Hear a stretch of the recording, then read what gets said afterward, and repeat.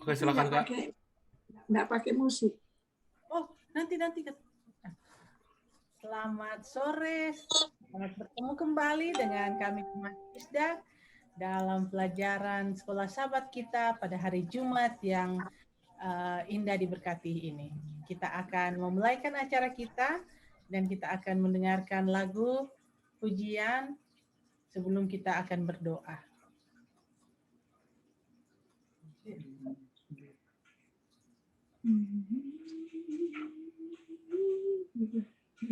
Orang menyanyi. Oh, oke, sorry. Nggak bilangin. Oke. Oke, Dan.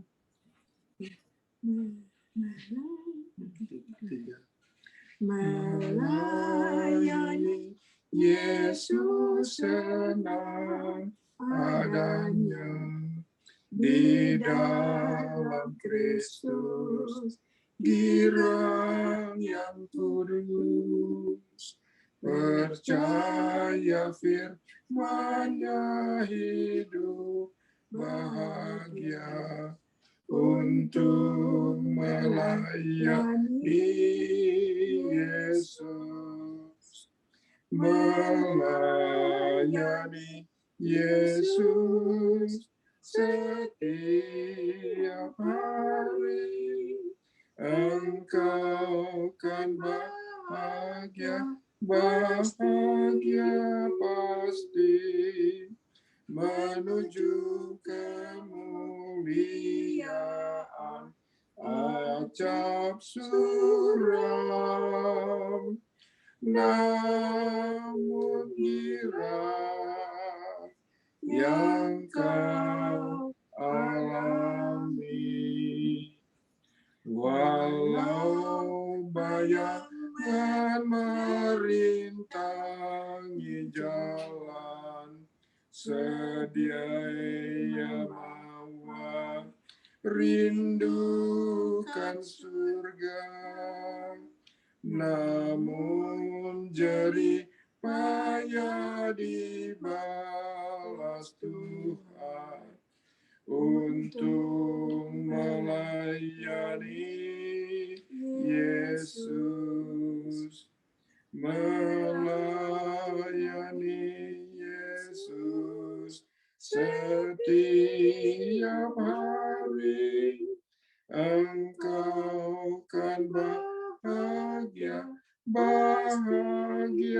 pasti menuju kemuliaan acap suram. Namun girang yang kau alami. Amin. Amin. Terima kasih untuk lagu duet yang mengangkat iman percaya kita lebih dekat kepada Tuhan dalam pelayanan. Baiklah, kita akan mulaikan acara kita. Mari kita buka di dalam doa. Kita satu di dalam doa. Tuhan Allah Bapa kami yang ada dalam kerajaan surga, yang kami sembah di siang dan malam, di penghujung minggu ini Tuhan, kami datang lagi kepadamu. Sebelum kami akan memasuki hari Sabat-Mu yang suci Tuhan, kami mengucap syukur atas pimpinan-Mu, di mana Engkau selalu memimpin kami telah tiba lagi dari penghujung minggu bekerja kami Tuhan.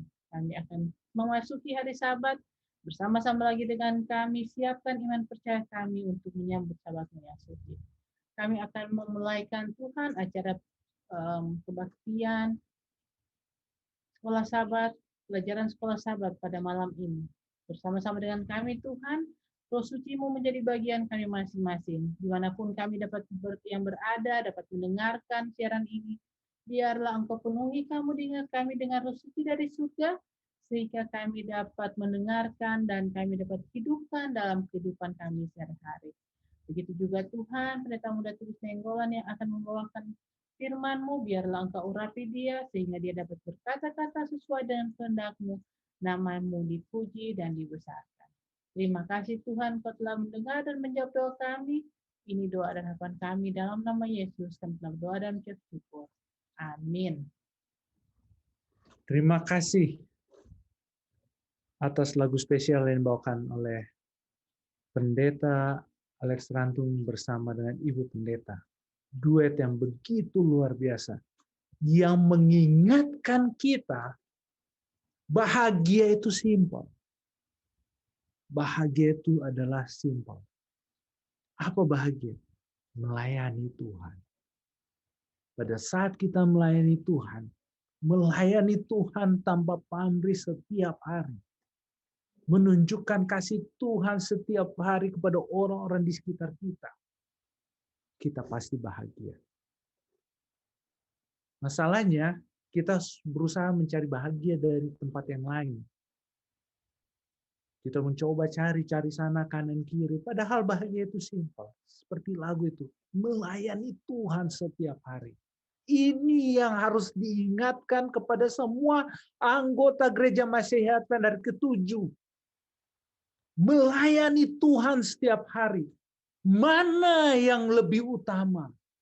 Tuhan atau apa? Dunia. Karena sekarang lebih banyak waktu kita habiskan bukan bersama dengan Tuhan, tapi kita habiskan dengan apa? Pekerjaan. Terima kasih, ini sebuah peringatan. Peringatan yang begitu bagus untuk kita semua. Supaya kita benar-benar disadarkan bahwa waktu kita yang paling banyak kita harus pergunakan untuk melayani Tuhan. Dan pelajaran malam hari ini sebagai sebuah kesimpulan yang dibawa selama beberapa hari sudah dibawakan oleh Pendeta Stephen Rantum. Bait suci perjanjian baru. Kalau saya mempelajari bait suci, ada 3 pelajaran di kelas kami tentang bait suci. Karena bait suci ini adalah pelajaran yang sangat penting bagi anggota gereja Masehi ke-7. Dan bait suci ini biasanya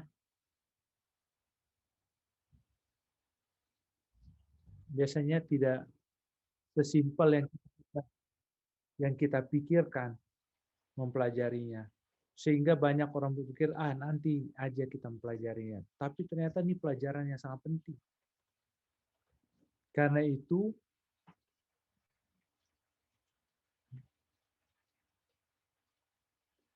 itu pelajaran kita judulnya adalah Bait Suci Perjanjian Baru, sudah dibahas oleh Pendeta Stephen Rantum begitu dalam. Akan saya coba berikan sebuah kesimpulan secara ringkas pada malam hari ini. Ayat intinya di dalam Ibrani 9 ayat 15, karena itu ia adalah pengantara dari suatu perjanjian yang baru, supaya mereka yang telah terpanggil dapat menerima bagian kekal yang dijanjikan. Ibrani 9 ayat 15. Saya berikan warna biru. Ia adalah pengantara. Karena itu ia adalah pengantara. Ia adalah pengantara. Kita akan pelajari secara ringkas ini, kita lihat gambarnya, bagaimana bait suci itu. Ini adalah bait suci. Gambar bait suci yang saya ambil, tapi akan lebih jelas yang di gambar berikutnya. Bait suci itu di zaman Salomo ada 3 bagian. Ini adalah bait suci bagian yang maha suci, terus bilik yang maha suci dan bilik yang suci, terus ada satu lagi pelataran. Di pelataran. Nah, di pelataran bait suci itu ada kolam. Nah, kalau bicara ini secara simpel saya coba jelaskan. Kalau bicara di pelataran ini, disinilah domba itu dikorbankan, habis itu di pelataran itu dibawa ke darah itu dibawa ke bilik yang suci, terus darah itu dipercikan di antara bilik suci dan maha suci ini ada tirai pemisah. Di dalam tirai pemisah ini dipercikanlah darah yang dikorbankan ini, domba yang dikorban itu dibawa ke tirai ini. Dan kalau setiap orang Israel berdosa, dia akan membuat korban, darahnya dipercikan. Dan sekali setahun di hari Grafirat, sempat ada pertanyaan waktu itu, saya nggak tahu, saya dengar ada pertanyaan, bagaimana itu kalau sudah setiap hari dipercikan, terus kapan itu dicuci? Nah, sekali setahun di hari Grafirat, tirai itu bersihkan. Tapi bukan manusia yang bersihkan, tapi Allah. Artinya, dosa bangsa Israel itu sudah diampuni. Yang boleh masuk di hari Grafirat ke bilik yang maha suci itu adalah imam besar. Yang boleh masuk itu adalah imam besar. Nah, hari Grafirat ini pada zaman bangsa Israel. Pada saat ini Yesus, kalau dulu imam besar bawa darah percikan ke tirai itu adalah darah domba. Tapi pada saat ini kita punya imam besar yang membawa bukan darah domba tapi darahnya sendiri. Darahnya sendiri. Yang apa artinya? Dia tidak perlu lagi ada pengorbanan. Cukup dia untuk mengorbankan dirinya untuk kita. Tidak perlu ada yang lagi yang mati. Cukup dia adalah imam besar yang luar biasa. Dia bukan hanya imam besar, tapi dia membawa darahnya sendiri. Menggantikan kita.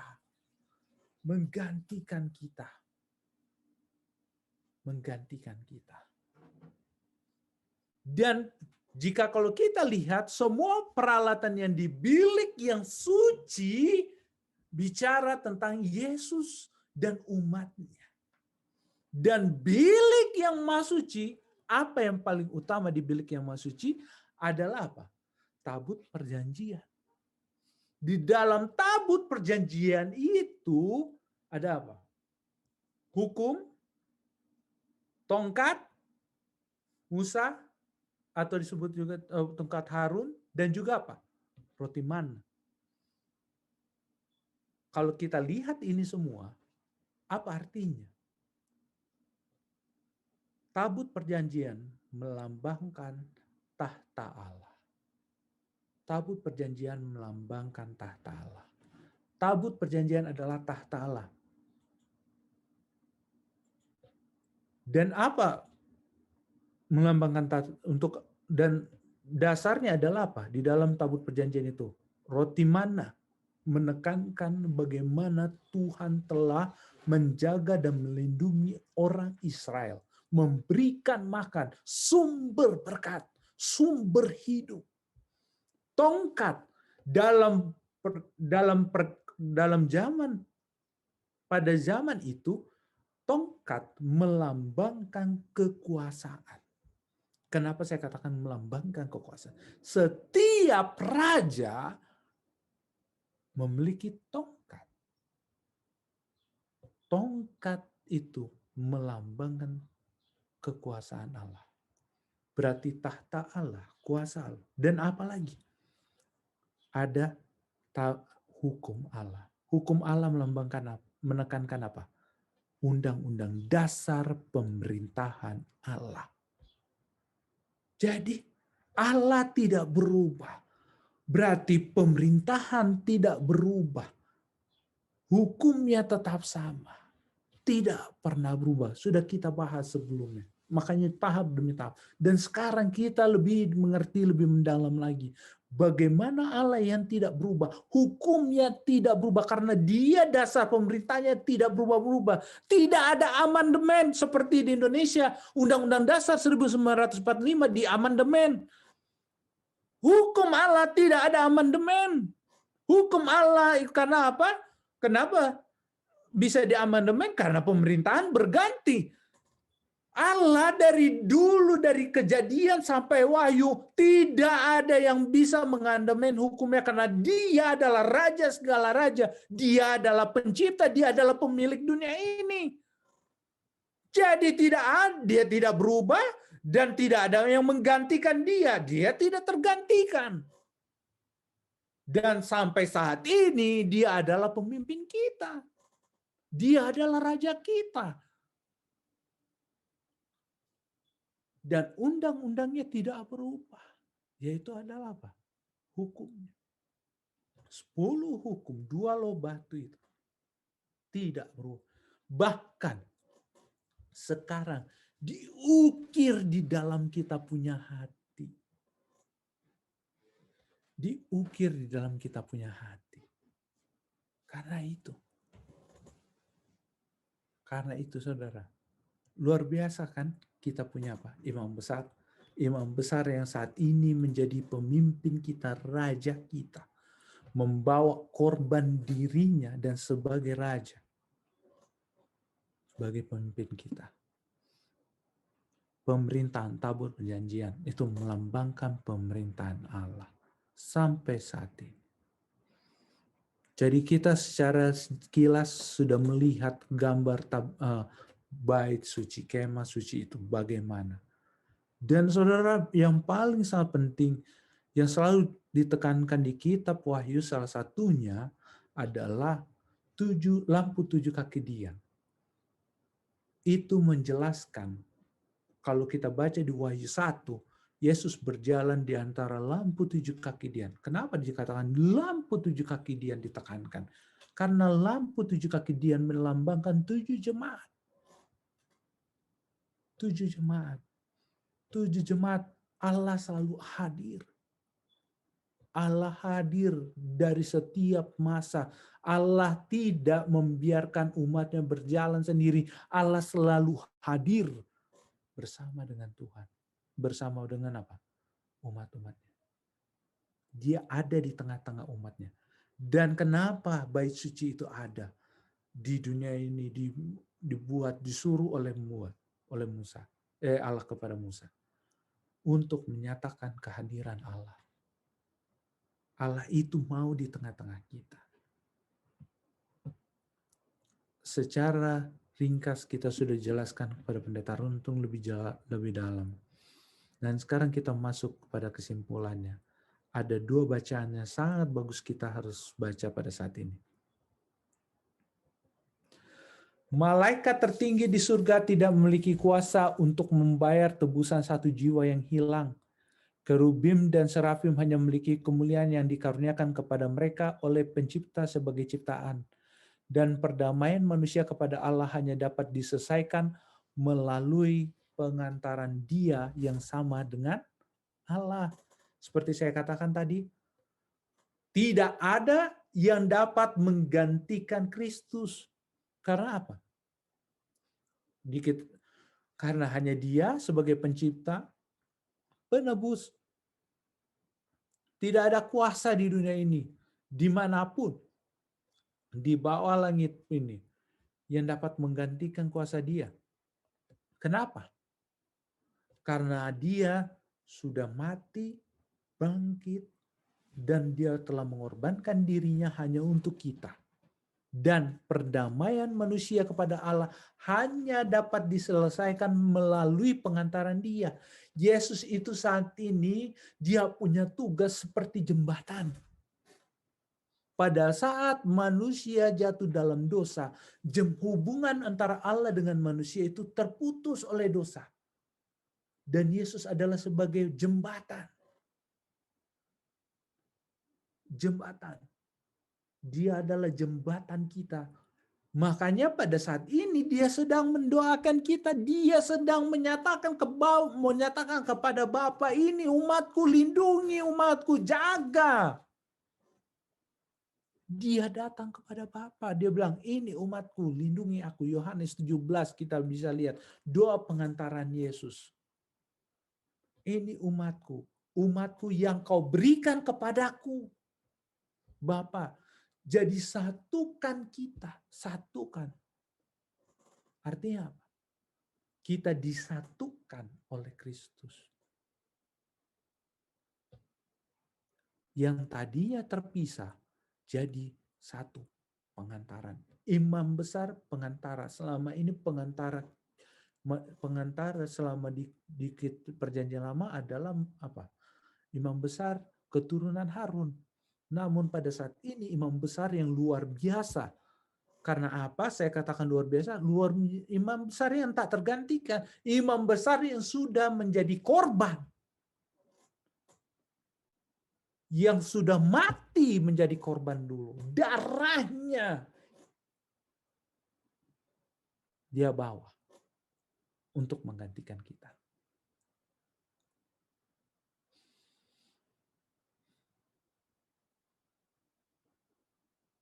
Memiliki atribut yang menyatakan dirinya sendiri layak dan bermartabat untuk berhadapan dengan Allah yang tidak terbatas demi manusia.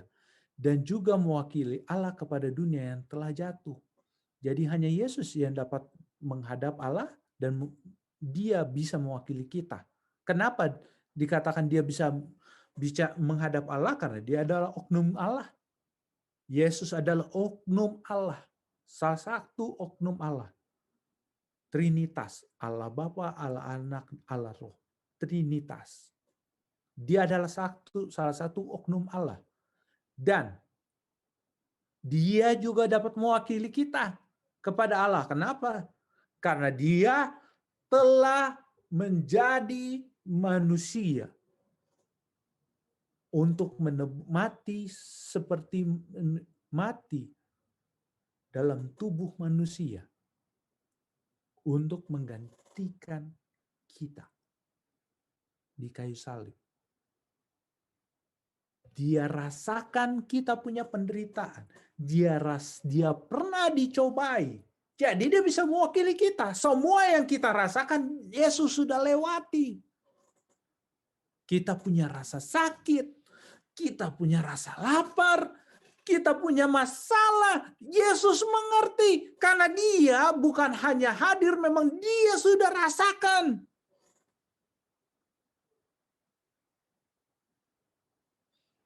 Dan kita punya rasa duka. Dia mengerti. Karena dia sendiri sudah pernah mengalami kematian. Namun kematian tidak dapat menahan dia. Sehingga dia bangkit, hidup, dan pada saat ini dia di surga. Menjadi wakil kita. Karena dia sudah mengalami apa yang kita rasakan. Dia pengganti manusia, harus memiliki sifat manusia, memiliki hubungan dengan keluarga manusia yang diwakilinya. Lihat dikatakan, karena dia pengganti manusia harus memiliki sifat manusia. Dia sudah jadi manusia. Reinkarnasi menjadi manusia. Dia Allah menjadi manusia. Mengambil manusia. Memiliki hubungan dengan keluarga manusia yang diwakilinya. Dia memiliki, Yesus memilikinya. Dan sebagai utusan Allah, dia harus mengambil bagian dalam sifat Allah. Dia hidupkan karakter Allah dalam hidupnya. Memiliki hubungan dengan dia yang tak terbatas. Agar dapat menunjukkan Allah kepada dunia dan menjadi pengantara Allah dan manusia. Itu yang dilakukan. Pada saat di dunia, Yesus menunjukkan karakter Allah yang sesungguhnya. Apa yang harus kita lakukan? Apa yang harus kita hidupkan? Yesus hidupkan. Makanya dia bisa menjadi wakil Allah dan juga menjadi wakil manusia. Jembatan.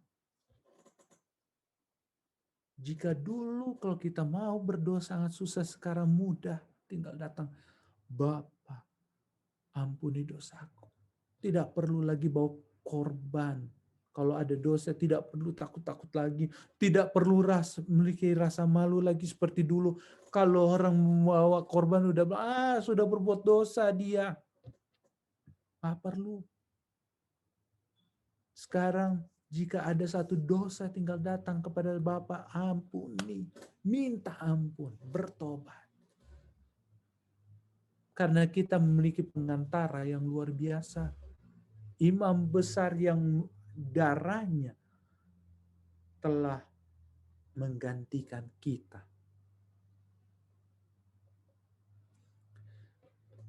Yesus melanjutkan, sebagaimana kamu mengakui aku di hadapan manusia, demikian juga aku akan mengakui kamu di hadapan Allah.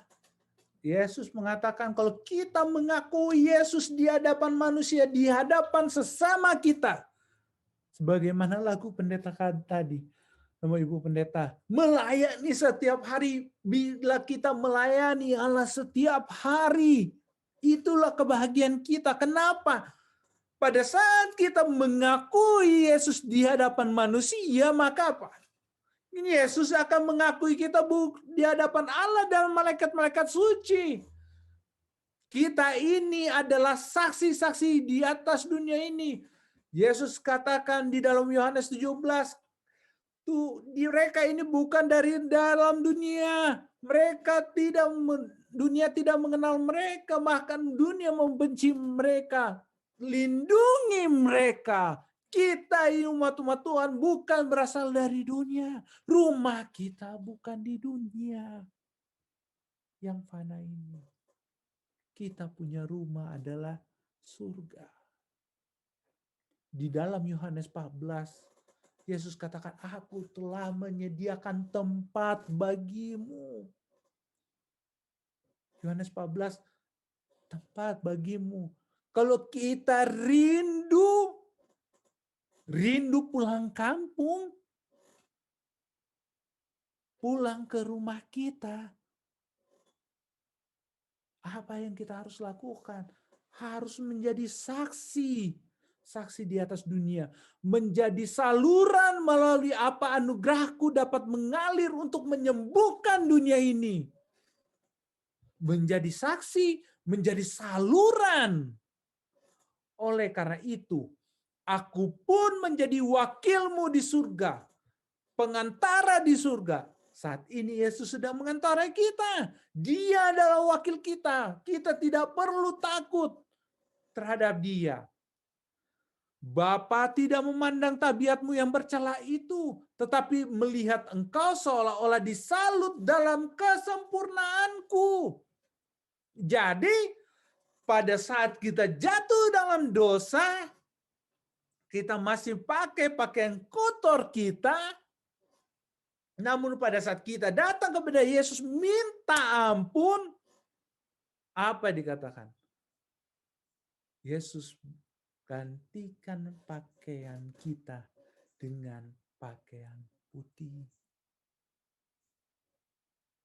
Gantikan pakaian kotor kita dengan pakaian putih. Yesus balut. Jadi yang dilihat Bapa pada saat setan katakan kepada Bapa, ini Tulus pendeta muda Tulus Nainggolan ini adalah orang berdosa, dia sudah berbuat ini ada dosa-dosanya. Tapi apa jawaban Yesus?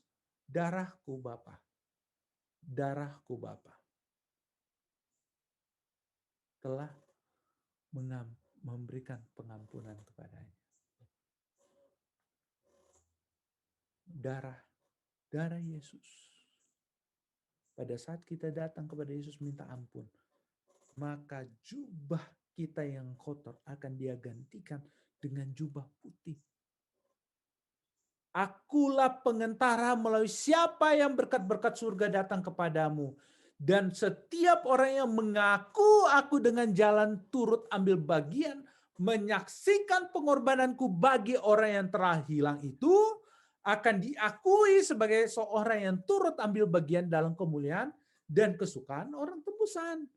Jadi sekali lagi, jika kita mau diakui, kita harus menjadi saksi. Kenapa? Ini begitu keras. Ujungnya kita harus katakan menjadi saksi.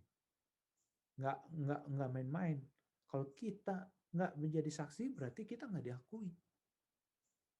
Karena apa? Karena seringkali tanpa kita sadari kita tidak menjadi saksi. Kita tidak mengakui.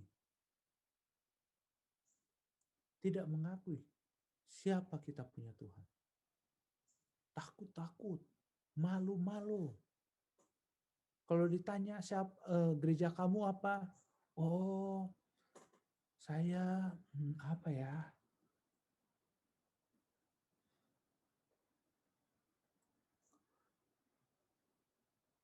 Atau, oh iya, nggak usah tanya-tanya. Bagaimana mau jadi saksi? Untuk menyatakan siapa kita, anggota gereja mana kita aja susah. Atau takut kalau kita bilang, oh aku adalah anggota gereja Masih Advent Hari ke-7. Oh begini ya anggota gereja Masih Advent Hari ke-7. Kenapa? Karakternya belum jadi saksi. Jadi saat ini kita harus datang kepada Yesus minta ampun dan menjadi saksi. Menjadi saksi, mengakui Yesus sebagai juru selamat kita pada orang-orang di sekitar kita. Hidup kita, karakter kita harus menjadi saksi. Yohanes 17 ayat 3 mengatakan, hidup yang kekal itu mengenal Yesus, mengenal Bapa. Berarti kalau kita sudah mengenal Yesus, mengenal Bapa, di dalam kehidupan kita, karakter hidup kekal itu harus start dari sekarang, bukan nanti. Kita saat ini harus benar-benar memulai hidup bagaimana kita mau hidup di sorga, bukan nanti. Karakter surga itu harus ada di dalam, karakter Allah itu sudah kita hidupkan mulai saat ini. Makanya pas banget dengan lagu tadi. Melayani Tuhan setiap hari. Melayani Tuhan setiap hari itu sangat penting. Bukan sekali-sekali, bukan hari Sabtu saja melayani Tuhan. Setiap hari kita harus menjadi saksi. Dimanapun kita berada, dalam kondisi apapun kita berada, kita harus menjadi saksi. Karena pelajaran ini sudah jelas. Yesus di surga sedang bekerja keras untuk kita. Untuk keselamatan kita. Dan kita pun setelah kita melihat kasih Allah yang begitu luar biasa, apakah kita masih bisa bersantai-santai? Setelah melihat pengorbanan Yesus yang begitu luar biasa, apakah kita hanya bisa berdiam saja? Ternyata tidak. Pelajaran malam ini mengatakan, kita harus menjadi saksi setiap hari. Mungkin sampai di sini mungkin ada tambahan dari Pendeta Alex Rantung.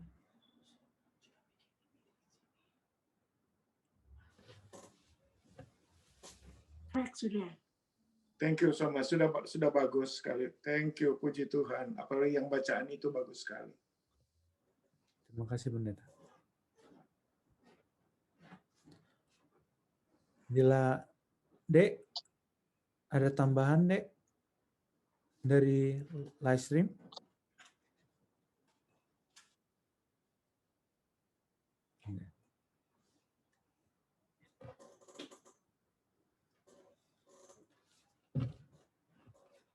Baiklah, kalau sudah tidak ada tambahan, kita akan masuk dalam doa dan kesaksian. Jika ada hal-hal yang kita akan doakan bersama-sama, kami persilakan.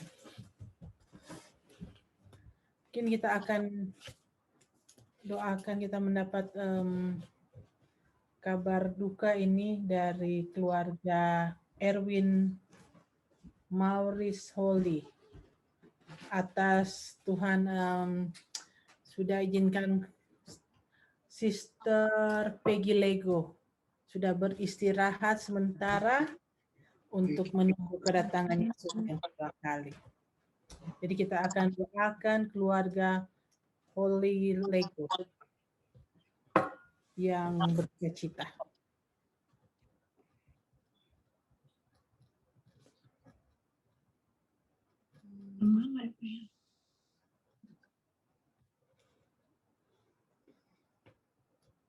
Ada lagi?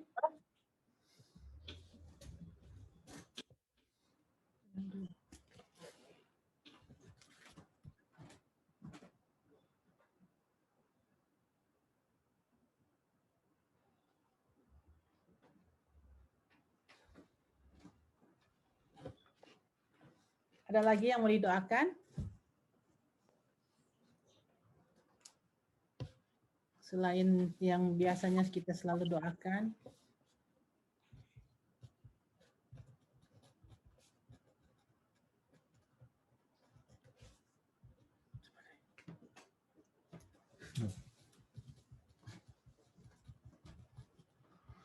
Tentunya kita akan doakan kesaksian kita yang biasa kita doakan bersama-sama setiap malamnya.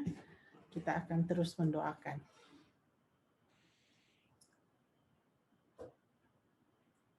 Mungkin yang di Zoom ada permintaan doa untuk kesaksian yang kita akan doakan.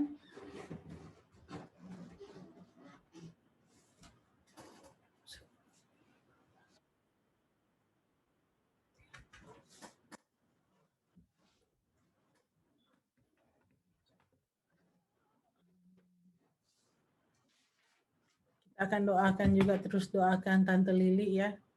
Tante Lili Price.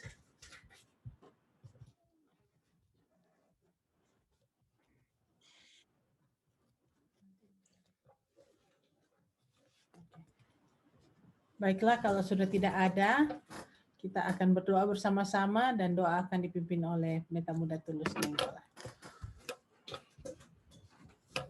Mari kita sama-sama berdoa. Bapa Surgawi, Bapa yang mengasihi kami, terima kasih Tuhan atas berkat-berkat-Mu dan pelindungan yang Kau berikan kepada kami sampai saat ini. Bapa Surgawi, pada saat ini Tuhan, kami telah mempelajari firman-Mu yang mengingatkan kami ya Tuhan, betapa luar biasa kasih-Mu yang Kau berikan kepada kami. Engkau telah mengorbankan diri-Mu di kayu salib. Pada saat ini Engkau bekerja untuk kami. Engkau menjadi pengantara dalam kehidupan kami dengan Bapa. Menjadi jembatan, penghubung, sehingga kami dapat menyampaikan segala keluh kesah kami, setiap tantangan dalam hidup kami yang kami hadap kepada Engkau ya Tuhan. Terima kasih kasih-Mu yang begitu luar biasa ya Tuhan. Pada saat ini, biarlah apa yang kami telah dengarkan menjadi kekuatan bagi kami, sehingga kami dapat benar-benar hidup untuk melayani Engkau ya Tuhan. Menyatakan Engkau dalam kehidupan kami, dalam setiap langkah kami, sehingga kami dapat menyaksikan Engkau bagi orang-orang di sekitar kami. Terima kasih firman Tuhan yang begitu indah. Pada saat ini sebelum hamba-Mu menyampaikan segala permohonan, biarlah kasih Tuhan selalu akan bersama dengan kami semua. Biarlah perlindungan Tuhan dan pengampunan yang Kau dapat berikan kepada kami, sehingga kami dapat layak menghadap hadirat-Mu ya Bapa. Bapa Surgawi, pertama ingin hamba-Mu mendoakan para hamba Tuhan, khususnya Pendeta Alex Rantung bersama dengan ibu dan beserta keluarga. Amin.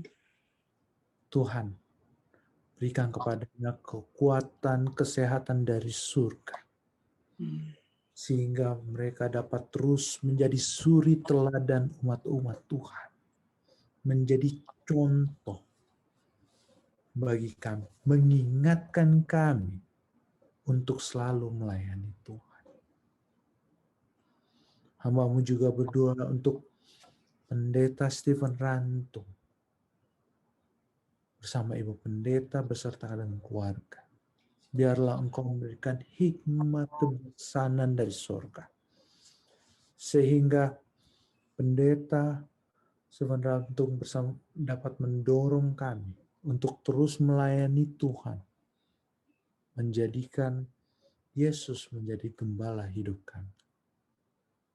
Hamba-Mu juga berdoa untuk Pendeta Koselia dan Ibu Pendeta. Biarlah kasih Tuhan bersama dengan dia. Engkau berikan kesehatan yang berasal dari surga, pemulihan, sehingga dia pun dapat terus menyaksikan berkat-berkat Tuhan.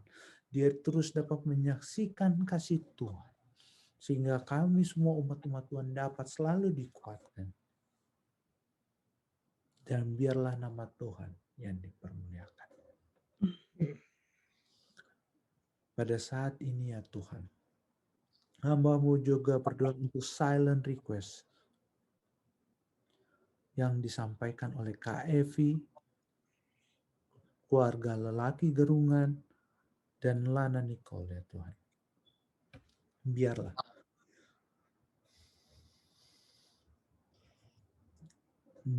doa-doa yang mereka sampaikan di dalam hati mereka, jeritan hati mereka, dengarkan ya Tuhan. Pada saat hamba-Mu berdoa, dengarkanlah Tuhan. Jawablah berdasarkan kasih-Mu saja. Pada saat ini ya Tuhan, kami mendengarkan kabar duka dari keluarga Holy Lego. Tuhan, biarlah penghiburan yang berasal dari surga,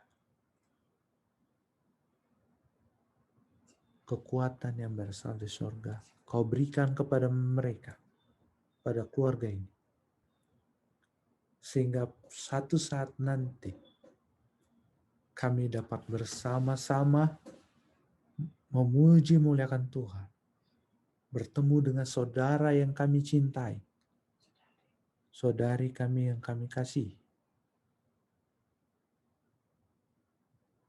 pada saat Yesus datang yang kedua kali. Pada saat ini ya Tuhan, hamba-Mu juga berdoa untuk sahabat-sahabat kami yang kami selalu doakan,